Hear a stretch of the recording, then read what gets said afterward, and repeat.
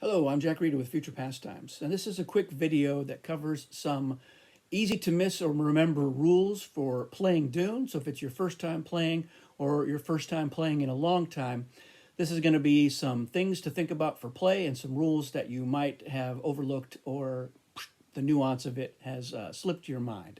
The first one is Ornithopters.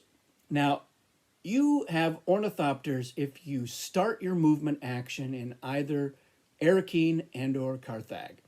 But it doesn't have to be the forces in those cities. Any of your forces on the board have access to Ornithopters that turn and can move 3 territories. So if you have a stack of forces in the Polar Sink, for example, and you land in Arakeen, your forces in the Polar Sink can move 3 territories.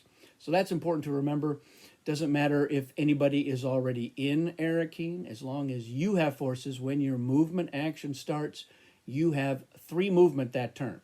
So that's Ornithopters. Keep that in mind. The next one is about leaders in battle. If you do not have a leader in a battle, you can't play any treachery cards. Now, a cheap hero counts as a leader, so you don't have to put a leader disc in your battle plan if there's a cheap hero. And the cheap hero isn't your two treachery card limitation for it. You can still play a weapon and a defense or a worthless card in place of one of those with a cheap hero. But if you do not have a leader disc or a cheap hero, you have to announce while battle plans are being made, I have no leaders and therefore cannot play any treachery cards. And that's important for your opponent to know, and they are supposed to know that when you go into that. Kind of in that same vein, if you do have a leader disc that has been killed and they were revived and killed again, they go into the tanks face down. Now, you can't revive any of your leaders normally until all of your leaders have been killed. Then you can revive them 1 per turn. But if a leader has been killed twice, they go face down, and they can't be revived until all of your leaders have been killed again and are in the tanks face down. Now, this doesn't happen very often. In fact, rarely do you have all of your leaders killed. And if all of your leaders have been killed twice, you have bigger problems. But it's just a rule that, since it doesn't come up very often, is easy to miss or too hard to remember. Number 3 is about bidding. Let's say you're in a 6-player game, and a normal bidding phase, you're going to have 6 cards up for bid. But for each player who starts the bidding phase with a full hand, you're going to have 1 fewer card that goes up for bid. So if 2 people have full hands when you start that bidding phase, only 4 cards are going to be up for bid. And if you're, say, playing a 4-player game, you're only going to have 4 cards up for bid each turn normally, -1 for each player who starts the bidding phase with a full hand. In that same area, if one of those cards up for bid gets no bids, everybody passes on it, the bidding phase ends immediately, and all the cards that were going to be part of that bidding phase go back in order on top of the deck face down. And you'll have to face those cards again in the next turn, and maybe somebody will buy them then. And finally, along the same lines in bidding, I just want to point out that the Atreides prescience ability, while they get to see all the cards that are up for bid, they're only seeing them 1 at a time. They only get to see the current card that is up for bid. Once that card has been sold, then the next card that's going to be part of that auction goes up and Atreides gets to see it. And the easiest way to do this is at the start of the bidding phase, you do something called declaration, where you get to see how many cards everybody has and who has a handful.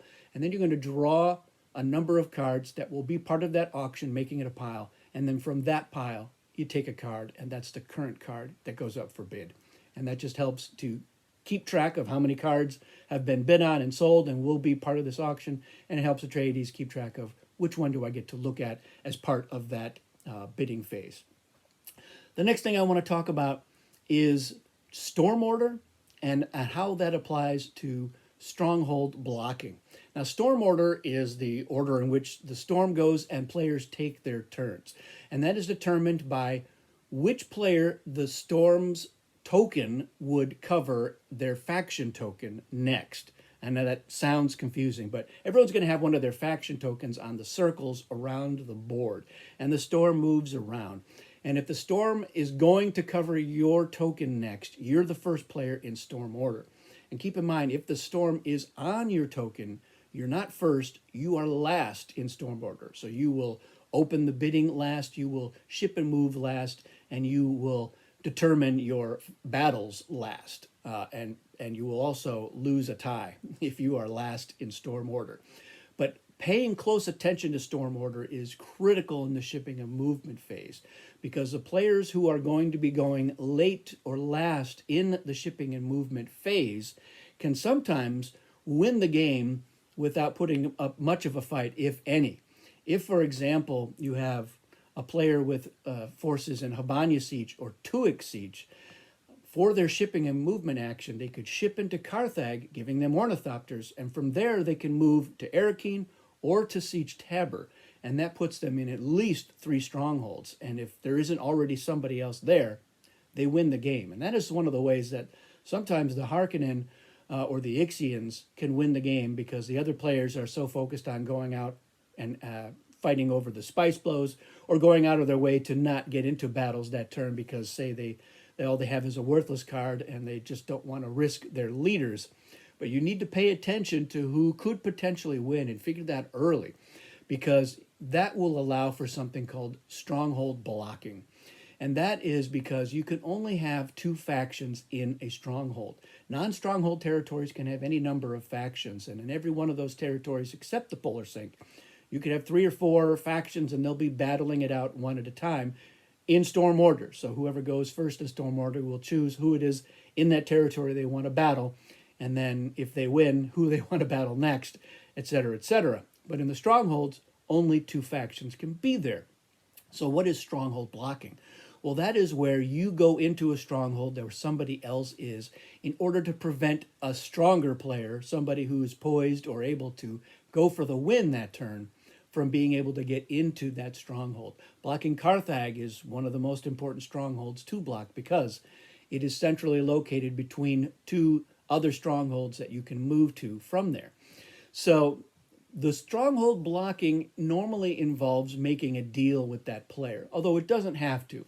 But what you do is you say, I'll tell you what, you are in Carthage. I will ship in 1 force into Carthage and block it so that Harkonnen or Ixians or whoever can't move into that territory and go for the win. But let's make a binding deal that we're not going to kill each other's leaders.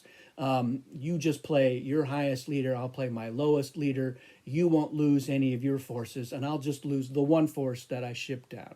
And sometimes you may want to try to sweeten the deal with a spice bribe of some kind. For instance, if that player wants to move some of their forces or has forces going after a spice blow, and you say, look, I won't fight you at that spice blow, but I will block the stronghold, but I want half of that spice, or I want some of that spice in there, or you reimburse me for my shipping and my revival of that force, or something along those lines. There's a lot of different ways you can do it. It is more challenging for the Bene Gesserit to throw a fight, because all their leaders are so strong. And if, for instance, they're fighting against the guild, which their highest leader is the same strength as the Bene Gesserit, if the Bene Gesserit are earlier in the storm order, they're going to win a tie, which means that the guild would have to dial at least a half or a 1 in order to still win that battle. But blocking strongholds is a very important thing, and sometimes somebody needs to basically fall on their sword to prevent the game from ending prematurely. So those are just a few things that I think players should think about and remember and keep in mind when playing Dune, especially if it's new to you or it's been a while since you've played. Dune, a great game, the most thematic game in my opinion, but a game of many nuances, and that's because there are a variety of effects that interact and behave differently depending on how they interact from one game to the next. And you can have these unusual situations, but these are things that I think will help make your game more smooth. That's it for this one. If you have other tips that you think people should remember, go ahead and throw those in the comments. Thanks for watching, and we'll see you again soon.